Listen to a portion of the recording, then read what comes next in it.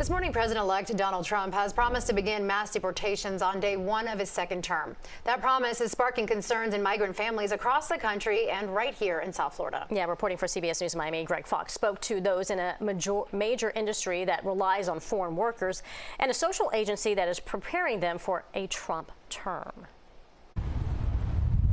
Right now, there are 90 workers from Mexico harvesting cucumbers at Long and Scott Farms in Mount Dora. But they're not undocumented. They're here as part of the H-2A visa program that allows foreign nationals to work temporarily in the U.S. There's no such thing as paying people under the table. You can't afford it, can't afford the penalties if you get caught, and it's just not a good business plan.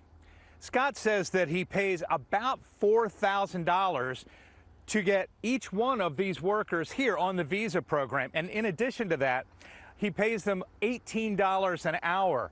He says that hiring undocumented workers would cost him far more in fines and penalties.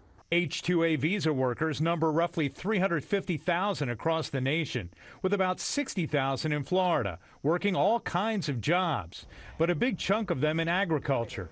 Rick Freeman owns citrus groves in Central Florida and uses dozens of Mexican farm workers on visas. He says growers who are following the law have no worries about President-elect Trump's mass deportation plan.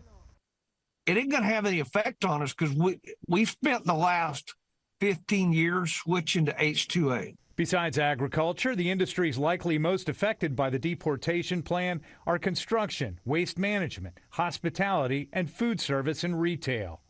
People are afraid. Felipe Souza Lazabale is executive director of the Hope Community Center in Apopka. It provides services for 20,000 people, some of them undocumented. It'll be providing counseling and training for them before Donald Trump is sworn in. There are 700,000 U.S. citizens who have at least one undocumented person in their family in Florida. All these 700,000 U.S. citizens are having these conversations with their family members. Their families are about to be ripped apart, maybe.